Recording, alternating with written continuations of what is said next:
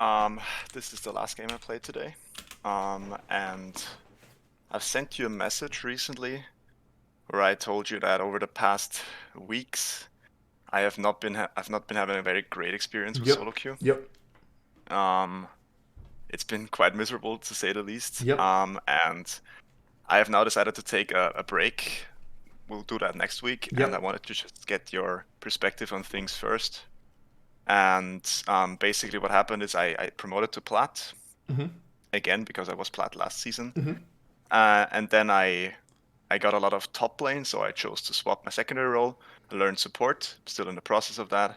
That obviously cost me a lot of games because a lot of my wins came from Yeah. top lane actually. Okay. So I dropped back to gold, Yep.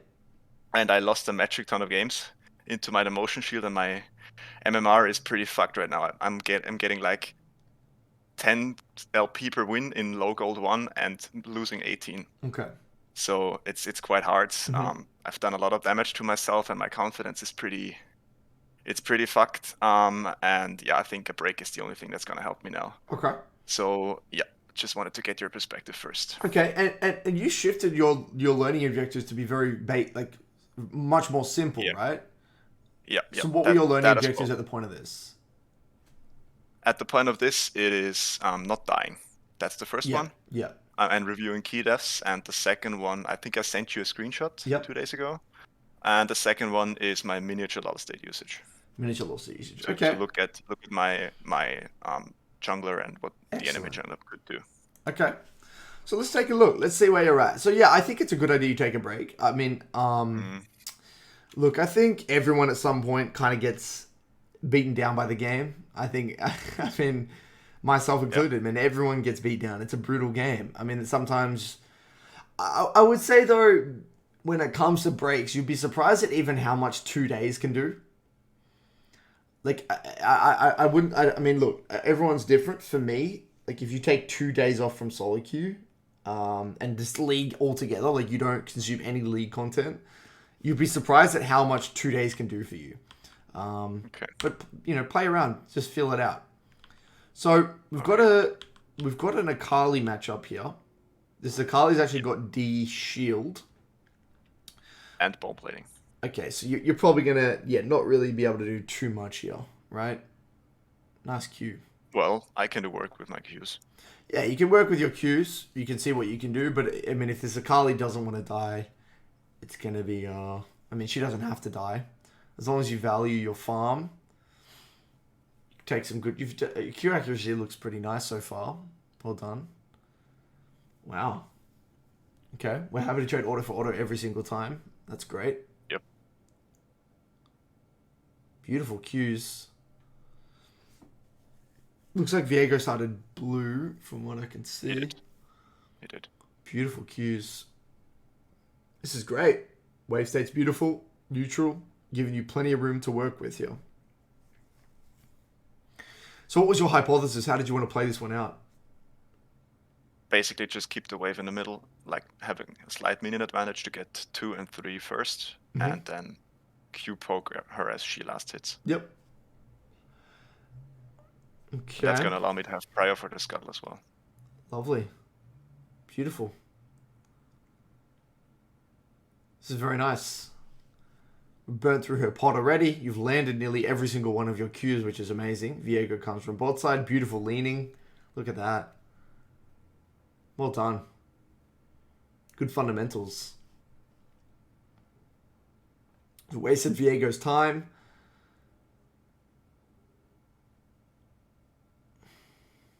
I think he goes back for the scuttle and then comes back. That's great. That's no shroud onto the Akali.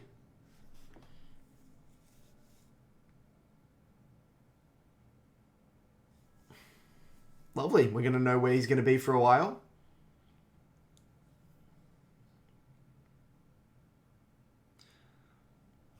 Probably would have been better to proc the bone plating first with your Q and then potentially look for the WEQ.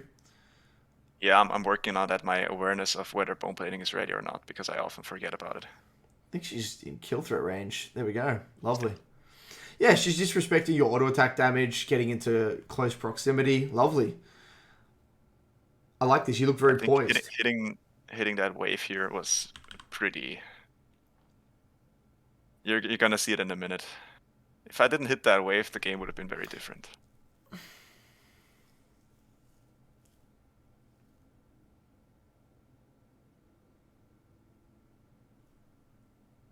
Beautiful. Well done, man.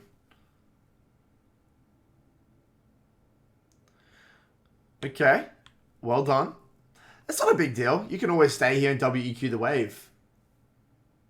Right now. Like, you're not under any threat here. You can hover on that top side. Viego is probably coming out of base right now. You got WEQ available. Just walk up, WEQ the wave. You think I can really walk up like this and then WE the backline? Yeah, Doesn't she just all in me like she does here? I don't think she can kill you, though. I mean, I guess she has Ignite. She has Ignite. I mean... And I actually end up having to flash here. I mean, I think if I play that a little better and I not just walk up into her face here, but rather tether the Q and then WEQ from a distance. Yeah, if you just WEQ from a distance, like if you do it from over here, I'm pretty sure you can. Like if you do it from like over here, you just walk up here, WEQ, instantaneously. Yeah, that's what I thought would work. as well. Like, problem is walking up into her range like that. Look at this. So you walk up into the range, and then you Q, and then you walk up again. Like I don't know. I feel like this is. Yeah. Look.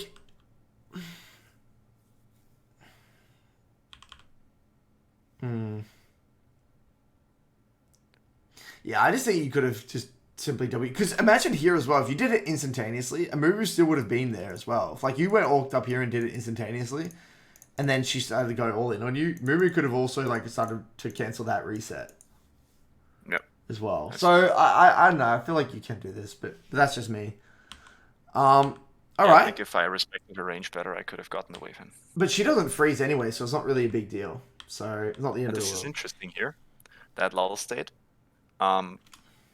I basically don't register any of the information that happens there for some reason. In terms of because my mid or bot?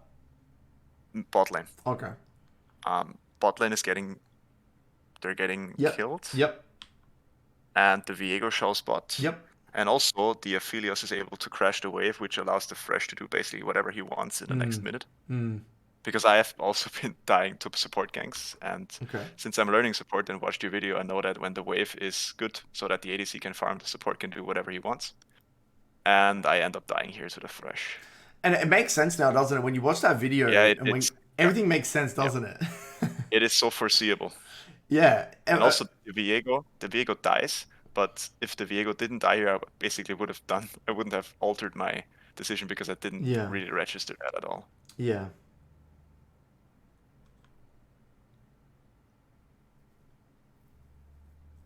It just catches me off guard. I think if I popped into the W here and just ulted the Fresh, I would have killed him and even survived.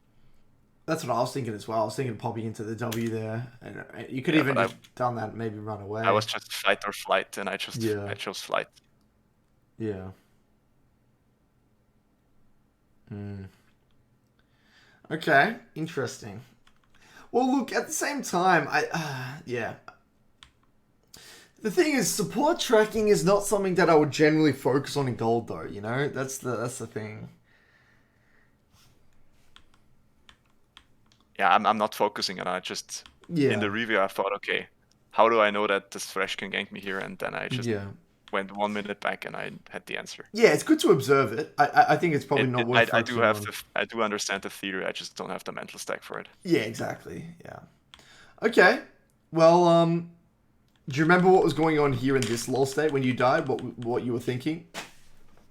Hold on, let me.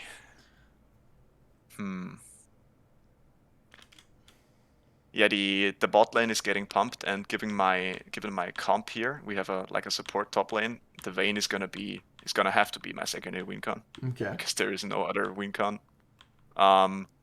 And seeing her die in bot and the Aphelios having 3 kills kinda doesn't put me into the best mental state. Okay. But I think I was just gonna keep taking good trades and seeing if there's any opportunities. Okay, lovely, lovely, beautiful. A Moo ganks bot. Looks like Akali opportunistically roams bot. Yep. Okay. And here in the review, I noted that I could have just gone for plates instead of sitting there and waiting for Chase to show top. Because I wanted to dive to Chase. Hmm. But instead of waiting in that bush, I could have also taken a plate. If that makes sense. Yeah. Yeah. So look, I think in this situation, by the way, this is like a dream scenario for you because there's a few things. Number one, we know that we know that Akali started hovering bot, and we know that something's happening bot. So instantaneously, I think you should go danger, danger, danger, danger, because we can put two and two together, right? Akali's hovering bot. We see bot is heavy trading, so we know that Akali's likely going to move. Now, the other great thing about this, as soon as you see Akali here, well, look at this. Jungler's dead, so no one can interrupt you here. Akali's going to be so far away from this tower, you just get left all this time alone. Like, these scenarios here, just hit the tower. Like, Yeah. you're just going to get so much value from getting this out. You're going to deny, you get what, a full plate there. You'd be able to get the next wave, and then maybe even another plate, potentially. Because Akali's still bought. She's still bought. But at least we get something. We do get something top. So it's better than nothing. I just think that we'd get more value from staying mid. Yeah, I agree. Okay, but still, Vayne got back in the game off that, right? Vayne's got quite a few kills, so Vayne's rock and rolling. Now, this Akali actually rushes Zhonya's, which is great for you, in my opinion, because it now just means, sure, you can't kill her in a way, but she's going to be... Kill anyone yeah, else. she can't kill anyone else, so it doesn't matter. So that's probably best case scenario for you, honestly. Yeah, and here I'm on autopilot. Same thing as before, I didn't use my lull state here to get like prime my threat assessment, because we see Thresh top lane, we see Karma dying, and they're all free to move, and I just walk up and WQ the wave. Well, I think what happens, you see Akali bot here. Maybe that... At some point here, I think Akali showed on bot, that bot ward. Yeah, she did. So then I think you saw that, and you're thinking to yourself, "Oh, I've hit the jackpot again. I can just WEQ the wave." I think that's yeah, what... I did see her. Yeah, that's true. So I think what it looks like to me is that you did use your lull state. You just kind of got a... I mean, you just tunneled on the wrong variable. That's what it looked like to me. Yep. Interesting. Do you think this is also because, like, you're when you look at this information up here, right? In your mind, you know they can't kill you as long as you have W. But what happens then? You use W on the wave, and then you get caught off guard. Is it like that, or No, it's that I'm completely oblivious of the fact that Karma and Viego are in topside in the river.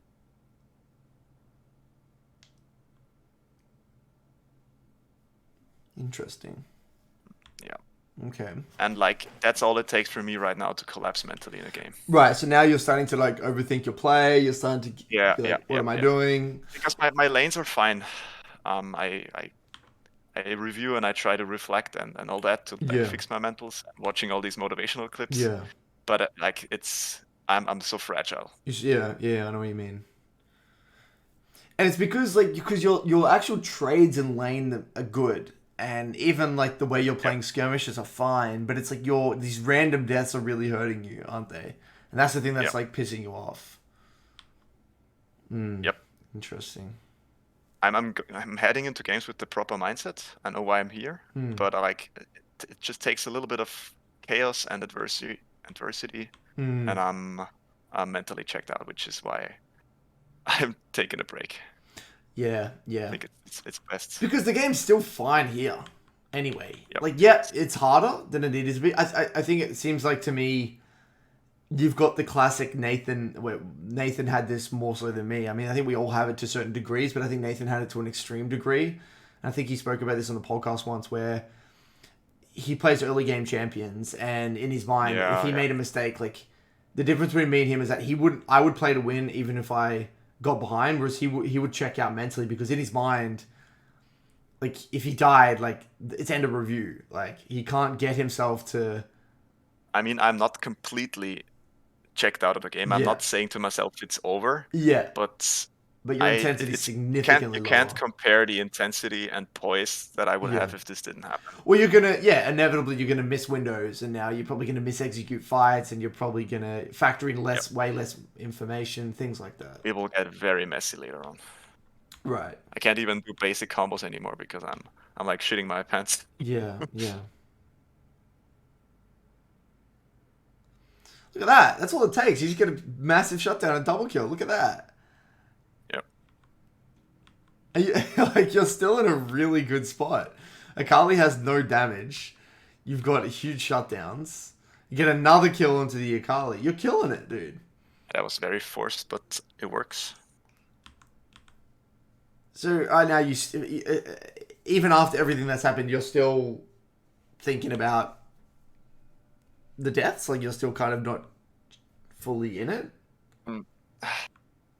It's kind of hard to describe. Like I when I look at bot lane and the Vayne, I'm still seeing that shit they're losing. Hmm. I feel like in your mind, you're expecting the game to get played out exactly like it should on paper. That's what it looks like to me. Yeah, that's that as well. Because like you're yeah, sure, in a theoretical world, like if the game were to be played out perfectly on paper by this point, then yeah, it's going to be a hard game, right? But well, think about it. Yeah, definitely, you've got a point. It's just not going to be like that. Um, like these sorts of things are going to happen. They're going to make a play when you're missing on the map, and you know you're going to clean up kills left, right, and center. So I think like I think there's definitely a little bit of a mental block here. I think you also think way too much of your opponents. Yep. I mean, yeah. And I think very little of myself Yeah, as well. yeah. It's a combination of both, right? You think little of yourself, but then a lot of your opponents, Yeah. which is super. Yeah, it's not good. Well, it's more of like it's not really how it impacts your game. This game, it's how it's going to impact you in the long run, Yep. right? It's the incremental loss of confidence. It just beats you down. Yep, it beats me down. Totally. I haven't had a block where I felt great afterwards in a long time. Yeah. And I just when you like I used to be plat and I've now accepted that I'm no longer. I mean I'm not saying I can never get back there. I know I can, but if you used to be platinum and now struggling in gold 2, 3 MMR games. It's I don't your know. expectations, right? Your expectation is that deep Yeah, I'm down. kind of judging myself for Yeah. not performing. Okay. Like there's a lot of judgment involved as well, and that's yeah. Okay. I resonate a lot with this personally, man. Because that's what I mean, I struggle with that every day. Because think about it from my perspective. I've been challenger for how many seasons? Like, you know, what is it, 8 seasons, 7 seasons, 8 seasons, whatever. Last season, I got, you know, like 1k LP at one point, or like 990 LP. You know, my expectation on myself is so high, right? It is so high. Now I'm like, you know, kind of back and forth at around 400 LP. One of the biggest challenges for me mentally, I'm talking about how I struggled mentally recently because of the no gym. Specifically, a big thing is that when I come into games, it's not really so much right now. It was more like 2 weeks ago. I was comparing myself, not just from an LP perspective, but a level of play. I'm just not at the level of play I was at last year. I'm constantly comparing myself to like a previous version of myself, or like I guess like a fantasy of what I want myself to be, right? Mm-hmm. And it's toxic because then what happens when I lose a game? My internal narrative is like, I wonder what they think of me, or I wonder now what I look like from the outside. It's all like ego. It's all ego, really. It's ego, but it's also an ego battle versus myself. And like the biggest thing that humbles me in a way is like you're only as good as your last game. Like that's the thing I keep repeating to myself. I mean, it's easy to say. It's easy to say and hard to like really internalize, but like nothing like past achievements don't mean jack shit in League. and in many other endeavors, but specifically in League because the game changes. So like you might be, the greatest player in the world. Like think about what's that guy's name? That world's mid laner in 20 the Samsung mid laner Crown. He won worlds, right? In whatever it was, 2016 or whatever it might be. Then the year after, he lost all of his motivation, right? He lost all of his motivation because he'd achieved the goal that he wanted to. Like, he won worlds. Like, he was the greatest team in the world. At that point, when he started, he joined an AA team and, like, kind of did his thing. But the biggest thing that was hard for him is that, like, because I spoke to their coach, Zabateam, when he was telling me about working with him. He's saying he was an amazing player, but he was so toxic on himself because he'd reached such high highs that like he couldn't let it go. He couldn't let it go that he was once in that position and now he's not in that position, and he constantly compared himself to that point, and he was never able to be present and just accept with the challenges that he now had to work with. He was always comparing himself with his previous self, and Yep. you can't. It just I, eats you alive. I definitely get what you're saying, and I do reflect a lot, and I'm aware of that. And I've actually told myself when I switched my secondary role that um, this is gonna affect my rank, because, as I said, a lot of my wins came from top lane actually, because I had to play it so often, even in last season. And I said to myself, okay, I'm gonna probably demote again, and even like I knew it will happen, but like the severity of it, and also the demotion shield is it's very like, you still see the platinum, Mm, but then you lose, like, if you lose, you can actually lose 20 games into your demotion shield, I think, and you won't demote, mm, but like your MMR takes a hit.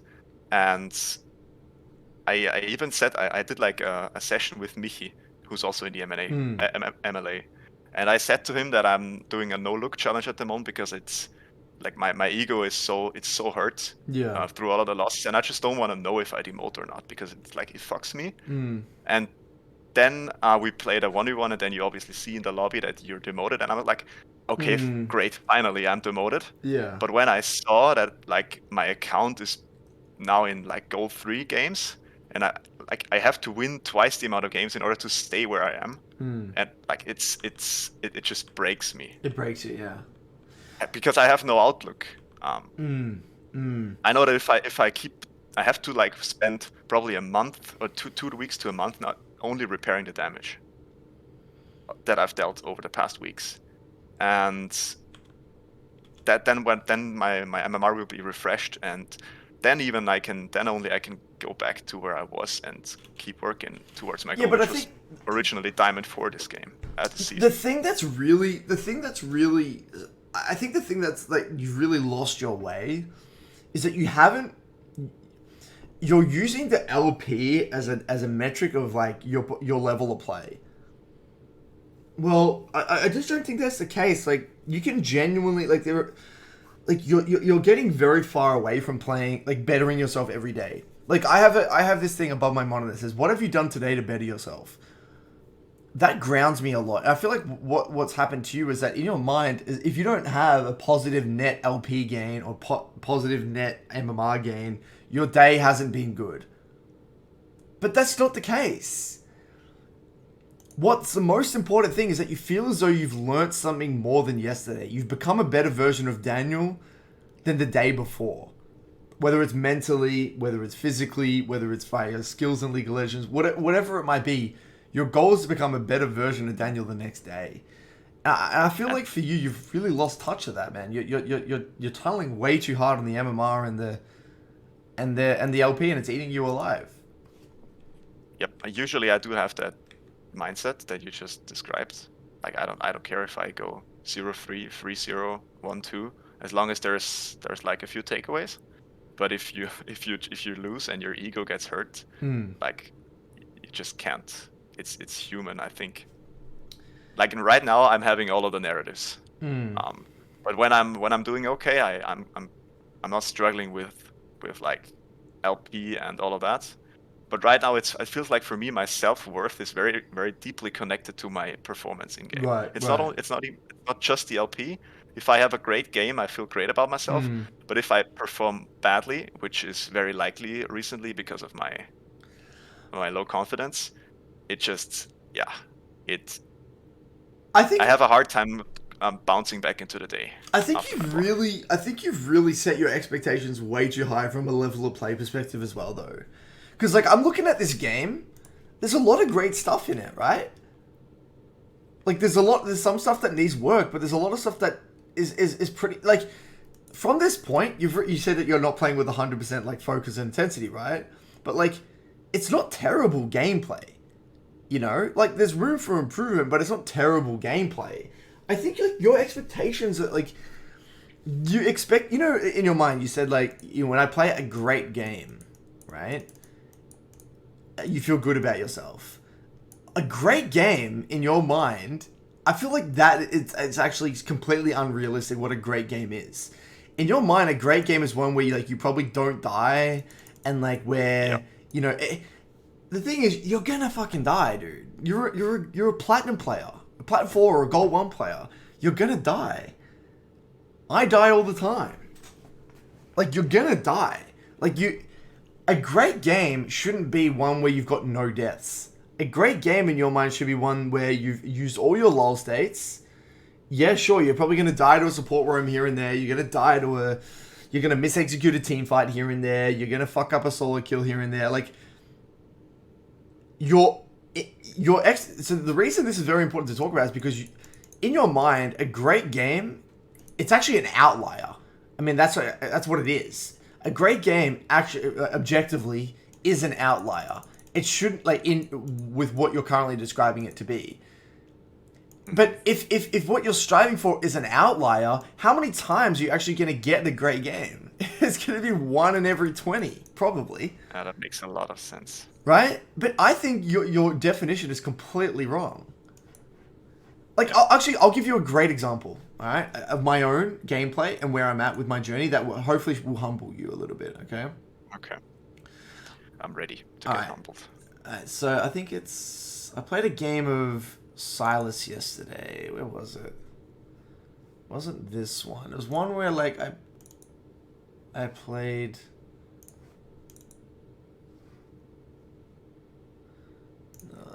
So I can find it for you.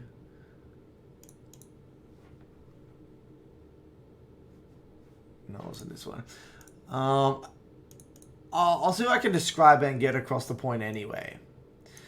Well, essentially with Syndra and Silas, I'm not really focused on I'm not really focused on every single part of the game. Like you, I kind of just want to not die, and I'm willing to understand that I'm not going to be perfect in every single point of the game. Like I'm going to make mistakes. I'm definitely going to make mistakes. And my mid game especially is not good. I have a poor mid game. But the thing is like in my mind, if I can have a solid early lane, like if I can do my this is actually it'll get across the point. So this is a game where like I did a pretty good job. Like I kind of this is a hardest matchup early game for Silas. I was under a lot of threat from the Jarvan. Like I did an okay job in my mind according to my learning objectives. It's not perfect. Like I missed a little bit of CS. But it was a hard game because my top was losing, my bot was losing, but I didn't play flawlessly. I thought I could like survive in some of these skirmishes, and we trade 1-for-1, and Graves messes up a little bit, but I kept in the game. Like I stayed mentally like pretty checked in. I started to get some good quality vision. I ended up doing a really nice skirmish mid lane here, killing the Jarvan. Like I did a really good job. Like later on. And again, it wasn't perfect, but given where I'm at currently with my Silas, I understand that I'm not going to play a perfect, 9 CS per minute Silas game with flawless skirmishing and everything, every single thing. As long as I'm aware of where the jungler was and I'm actively thinking about how much threat I'm under, and I'm not forcing actively crazy plays, because that's the problem that I had before with my Silas. I was forcing so many stupid plays. Oh, I feel you. As long as I'm not doing that, then the game's good for me. Look, and I end up losing this game, right? We end up we end up losing this game, Mhm. and it was a hard And game. what's your self-talk like in situations like these? My self talk was actually again, I'd already come in with good, like my expectations weren't that high, so like I actually remember saying to myself in the review, like I looked over it, right? I remember thinking, oh, I actually played not too bad. It was just a hard game. I think this was probably the one thing I was hard on myself, where like I had a window to do something with my TP advantage. I thought I played for the kill instead of doing something mid with my team when I was probably like the main win con, and it didn't work. But I was happy because like even getting to this point, but I wasn't even getting to this point before with my Silas. Like I was just forcing shit and dying at level 4 all the time, right? And like I was just brute forcing way too many plays. So in a way, I had toxic expectations before this, but then I humbled myself over time by having a reality check. Say, Curtis, you've got like, X amount of games played with Silas. You don't play that much about the game. Like I had to get an objective look at my situation. So the same thing with you. You need to really calibrate. Well, what exactly do you expect from the game? What do you expect to happen? Like what do you in your mind? What are you even capable of? Are you even capable of playing a flawless game with zero deaths, flawlessly executing every skirmish and being aware of the support rooms and all this stuff? No, you're probably not. You're probably not. You probably are going to make a lot of mistakes. You got to factor that in heading into the game. Like, I don't know what it's going to look like, but it's not going to be perfect. That's for sure. Like that has Yeah, to be. I've had a similar thing. Do you remember when I sent you the DM about the perfectionist mentality? And I think you wrote an article about that. That came from a similar place. And Yeah. I like the way I wrestled with that was I would use my lull states after something that would not be perfect happens, and I would just take a deep breath and say, okay, this just happened. I can't change that anymore. What do I have to do next? Yeah. Maybe that's something I'm gonna have to consider. Because look at this. This death, by the way, it's fucking like it's hard. Like I would die to this a lot of the time. You know, like me. Yeah, okay. So like Yep, then I definitely was too hard on myself in the review with this one because I was. everyone's gonna die to that, dude. A lot of people are gonna die to that. A lot of people. And like, and again, I'm not saying but like from this point, you played okay. You played pretty darn good. Like you didn't play amazing, but you played pretty darn good. And sure, and okay, this one, you'd already kind of been pissed off at yourself at this point, right? Like you kind of lost focus Yep. a little bit, whatever. But even again, it's not an easy one. Like, I mean, sure, you saw Viego top, maybe you could have seen it, but like the Thresh roam, it was easy to miss it because he wasn't on the map for that long. Like, and again, I'm not trying to excuse the mistake, but I'm just saying it doesn't surprise me why this would happen, and that's okay. You take it in your stride. Like that. That's how I wrestle with it. It's like, okay, yep. I don't want to excuse myself and say it's okay, but I also understand that I'm gonna make these mistakes because I'm learning. I'm just And I'm learning. how do you balance taking responsibility? Because that's what's gonna help me improve in the long term with accepting that this is the type of mistake you're gonna make. Well, I think it just And that comes what comes through understanding that learning's a long term process, man. I mean, you don't like in a perfect world, right? In a perfect world, you die to one support room, and then you never make that mistake again.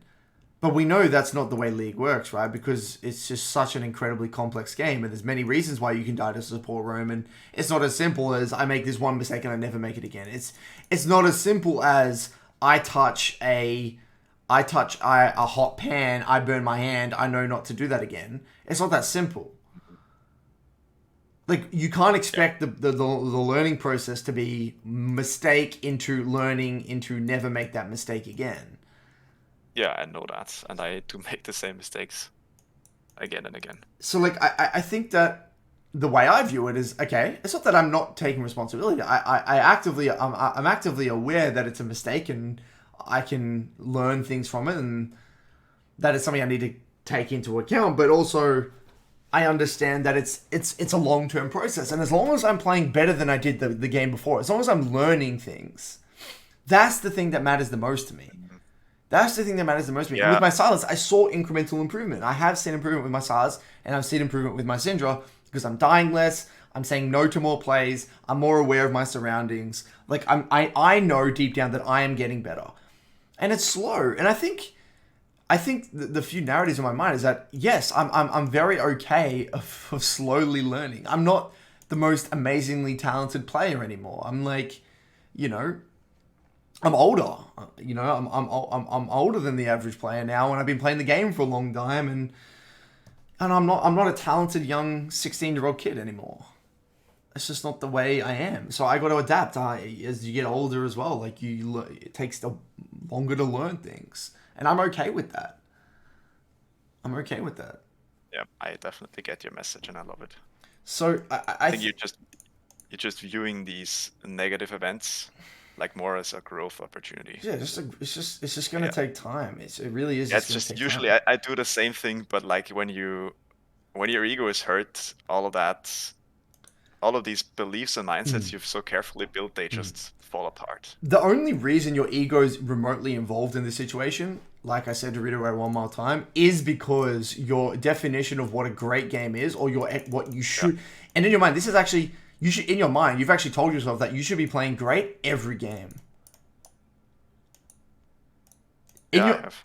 in your mind, you've I've told yourself, I have to play a flawless game every game, and if I don't play a flawless game, then I'm a piece of shit, and I should beat myself down. That's actually the process. That's what's happening right now, and yep, you pretty got to much. get out of that mindset. And I've been there many, many times where like you got to play a flawless game of League, but then every single time you watch a pro player, you watch like an amazing player, they'll make basic mistakes, you know. Like I watch 610 all the time. Like I think 610's an amazing player. I watch him in his solo queue games, and I see him just miss really basic Syndra QEs, and I'm like, well, this guy's a way better Syndra player than me, and he makes these mistakes. That that's normal. Yep. So I think yeah, you're right. Take a bit of a break. You know, take 2 days off from the game or whatever you want to do. You know, reflect on this, but come back with the mentality that sure, I might play what I deem to be a great game every 20 games, but most of my games are just going to be average. But as long as these games, I'm learning something, I'm being a little bit better than the game I was before, I'm taking a little bit away from every single game, then that's okay because again, all of us here are going to climb in an average fashion. If you think about it, all of us are probably only going to climb with a 52 to 53% win rate. Right now I'm about at 40, but yeah, Right. Well, we doesn't know why matter. that's the case, right? Likely. We likely know why that's the case. I mean, it's not really surprising when your It is. expectations, you know, it's like your expectations are set so incredibly high and then you're losing confidence after one mistake. I mean, that's ridiculous. That's where the fragile nature is coming from. Yeah, yeah. That's definitely it, and that's been probably held for a longer time, and now it's coming to the surface. It Like takes time really coming to sometimes. the Yeah. surface. It takes time to figure out Yeah. what the hell's going on at times, right? It's taken me, it took me 2 or 3 weeks to figure out what was going on with me. But, Yep. yeah. So I want you to reflect on Curtis, all this. thanks for that. I really needed that. It's okay, man. I appreciate it. That's what I'm here for, to help you on your journey and have a think about it. And I'm confident when you come back. I don't think you need to shift your learning objectives. I think you know what you got to do. I think it's now getting your mental state in the right place, coming in with the appropriate expectations, combining this with, you know, playing some high intensity games, and you'll be rock and rolling, dude. From what I saw here as well, dude, there's a lot of great stuff. The plays that really made this game harder than it needed to be were way later on when you were no way in a position to say no. For example, here, right? This entire sequence of events happened. But instead of saying no and resetting right now, what do? You just go say yes. Like, you shouldn't be fighting this. You're sitting on 1800 gold. You don't have ultimate. Your remove moves at like 20% HP. Like, what the fuck is this? Just give it. Who Yeah. cares? You should be telling the entire team to back, and reset right now, just going straight back top. But you're never going to make And this I, call, right? Because you're checked out mentally. yeah, if I have confidence, I know that's a bad play for me Exactly. because I have no ult, and I just say no, and I'll just let them die. But if Exactly. I, Let karma die. It doesn't matter. in my mind, if I don't go there, I lose the game because I have to, Yep. like, yeah, it's just, It's pretty You're gonna follow straightforward, man. others' calls more often if your confidence is low. That makes sense. Okay, Yep. so it's pretty straightforward. So you'll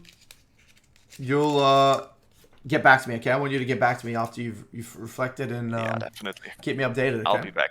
I'll be back. Excellent. Thank you for the vote, man.